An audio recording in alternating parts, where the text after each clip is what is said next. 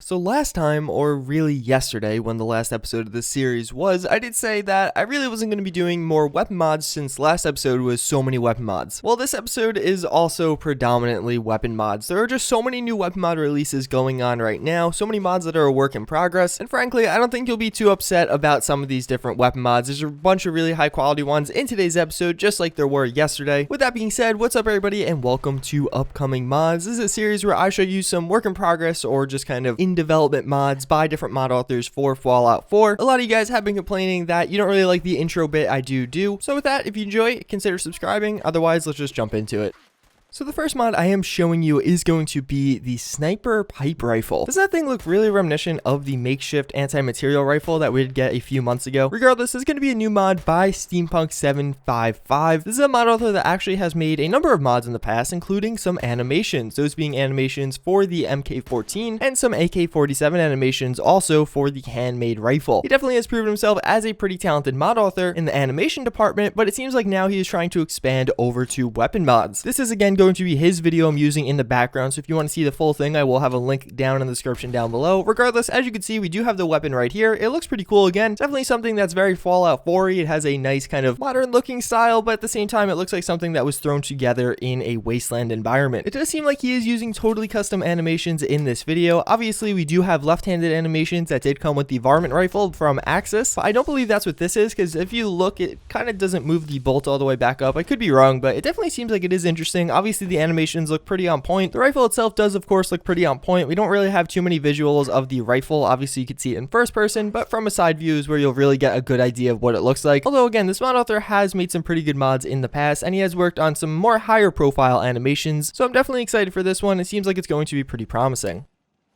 So taking a break from weapon mods for a hot second, we do have the female Tac Armor. This is going to be a new mod by Newermind43. Of course, this is the mod author that has brought us a number of different power armors, as well as a number of different armors for both Fallout 4 and Skyrim. This thing looks really high quality, especially from some of these images. It really just looks like a pretty nice and honestly just fitting armor. I can picture some different NPCs in Fallout 4 just wearing this armor and it coming with the base game. It really fits that well into the theme of the game, I think. Regardless, I feel like this has a good balance between tactical and yet casual at the same time. Undoubtedly, the person wearing this looks like they are in the military or military oriented, maybe a soldier of some sort, but at the same time, you could see someone wearing this also be walking around like a bar or something like that in an environment where you would come from combat to a bar. Obviously, that's a very fitting setting for Fallout 4. Going from place to place, you'll probably encounter some creatures or ghouls or whatever it may be, but then you kind of have to re-implement yourself into society at some of the different towns, and this seems like an armor that will embody that. Maybe I'm looking a little bit too deep into it, but regardless, I think the armor looks pretty cool. Newermind has made a ton of really high quality mods in the past, so this definitely will probably live up to expectations. And frankly, I don't think you could ever have enough kind of tactical armors in Fallout 4. I think again, they're just very fitting, and I really like the look of this one in particular.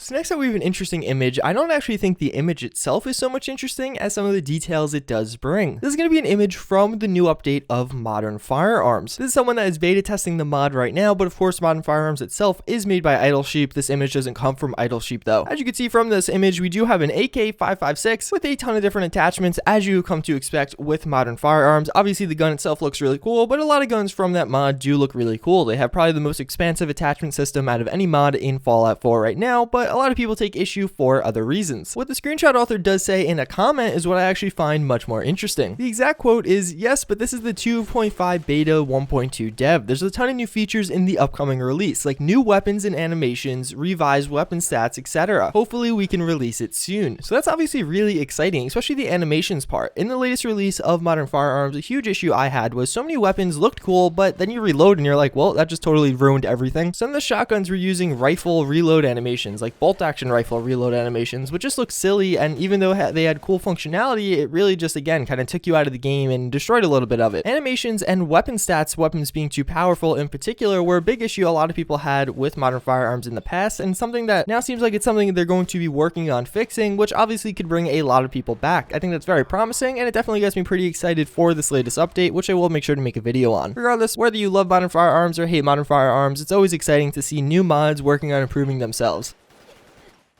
So next up we have two mods. This is actually going to be kind of one video that contains two mods by the same mod author, that mod author being the Shiny Haxorus, and the two mods being the P90 and the RPG-7v2. So first I'll go over the P90. As you can see, that thing looks awesome. The animations seem like they're really on point. The sounds are pretty good. The Shiny Haxorus definitely proved himself to be a very good mod author with the Scar H. That is one of my personal favorite weapon mods, and I think a lot of people just really love that weapon mod in general for the animations, the looks, the sounds, everything about it. So that's going to certainly instill me with some high hopes for both of these weapons. Obviously, there's not too much to say about it. The P90 looks really good. The animations, again, are really on point, that being the biggest challenge there, because it does have such an odd magazine, and the way you reload it and insert it back into the gun is so unique. Then we also do have the RPG-7, which also, again, sounds and looks awesome. We don't have too many launcher mods for Fallout 4 right now. That is probably the single least modded category of Fallout 4 as far as weapon mods go. The only two I can honestly think of are the Melon Cider, which fires melons, and the Pitching Machine, which shoots baseballs. So I think the RPG-7 will be a welcome addition in that group. You can actually download all these mods right now on PC, as well as a few other ones. In celebration of him hitting 1,000 subscribers on his channel, he did release beta versions of all these on Google Drive. I'll have a link to that video as well in the description down below. And a big shout out to you, the Shiny Haxorus, for hitting 1,000 subscribers. I remember hitting that myself, and it really is just a big achievement and pretty hard to do. That's pretty much going to wrap it up for this episode of upcoming mods. If you guys did watch to this point in the video, comment baseball down below. As always, thank you again. Hopefully you are enjoying some of these weapon mods. Again, I wouldn't make this video with all weapon mods if I didn't think they were high quality, but we simply are just getting that many high quality weapon mod assets right now. Again, I do hope you enjoyed, and I hope to see you all next time. Later.